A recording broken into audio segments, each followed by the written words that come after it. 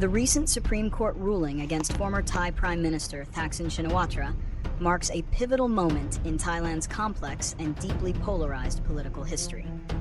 Thaksin, a figure who has dominated Thai politics for over 2 decades, was ordered to return to prison to serve a 1-year sentence after the court ruled that his previous 6-month hospital stay did not legally count as time served.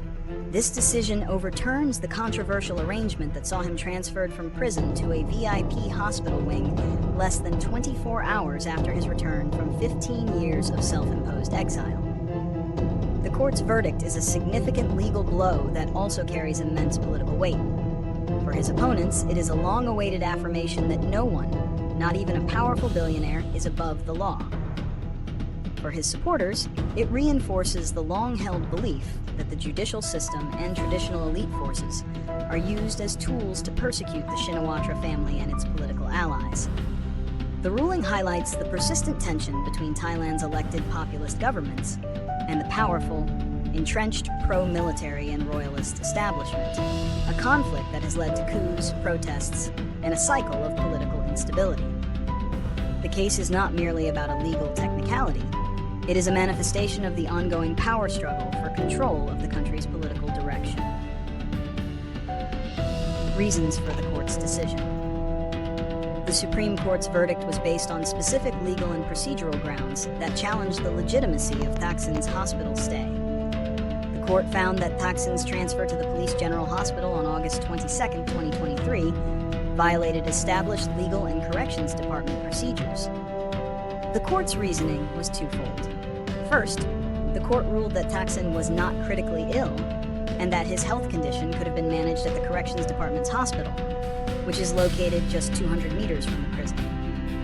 Instead, he was sent directly to a special non-emergency room on the 14th floor of a different hospital, a move the court deemed to be a violation of protocol. Testimonies from medical experts and a review of his medical records contradicted the initial claims of life-threatening illnesses. The court noted that while he had some ailments, they did not warrant a prolonged hospital stay outside of the corrections system. Second, the court pointed out that Thaksin himself was actively involved in his medical treatment decisions, reportedly refusing certain surgeries for his heart and a herniated disc. This suggested he was not incapacitated, but rather making choices that prolonged his stay outside of prison.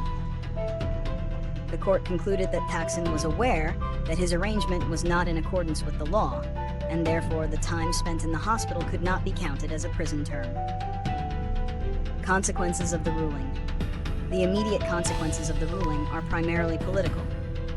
The verdict deals another serious blow to the Shinawatra political dynasty and the Pheu Thai party. This comes just a month after Thaksin's daughter, Paitongtarn Shinawatra, was ousted as Prime Minister by the Constitutional Court. The series of legal setbacks suggests a coordinated effort by opposing forces to neutralize the influence of the Shinawatra family and their political machine.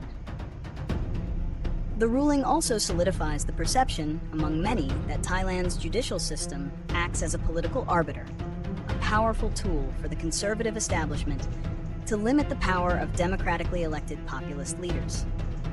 This will likely deepen the political chasm between Thaksin's red-shirted supporters and the establishment, exacerbating the nation's political polarization. In the long term, the verdict could have several ripple effects. It may further erode public trust in both the judiciary and the political process, as many see the legal system as being applied with a double standard.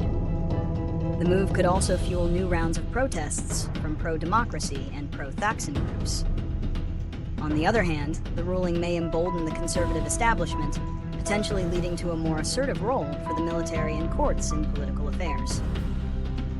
The Pheu Thai party, now without a prime minister and with its de facto leader in prison, faces an uphill battle to regain its political momentum and voter confidence, potentially ushering in a new political landscape in which rival parties gain more prominence.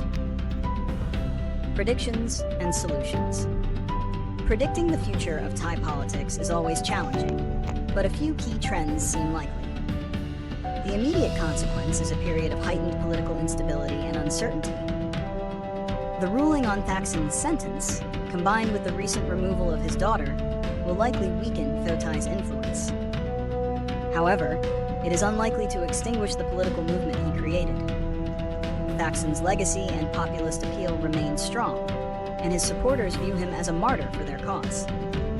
While his political dynasty may be on the ropes, his ideology of pro-poor policies and democratic reform will likely endure, potentially in a new form, or with a new leader emerging from his faction. To move Thailand beyond its cycle of conflict and polarization, there is a dire need for political and judicial reform. The first step would be to re-establish the impartiality of the judicial system, ensuring that laws are applied equally to all, regardless of political affiliation. Secondly, a national dialogue is needed to address the deep-seated grievances of the various political factions. This could involve creating a new social contract that defines the roles of the monarchy, the military, and elected officials, ensuring a true separation of powers. Finally, political parties must be encouraged to move beyond personality-driven politics and focus on policy that serves all segments of society, reducing the need for populist figures to act as saviors for a disenfranchised populace. While these solutions are a significant undertaking, they are necessary to create a more stable, equitable, and democratic future for Thailand.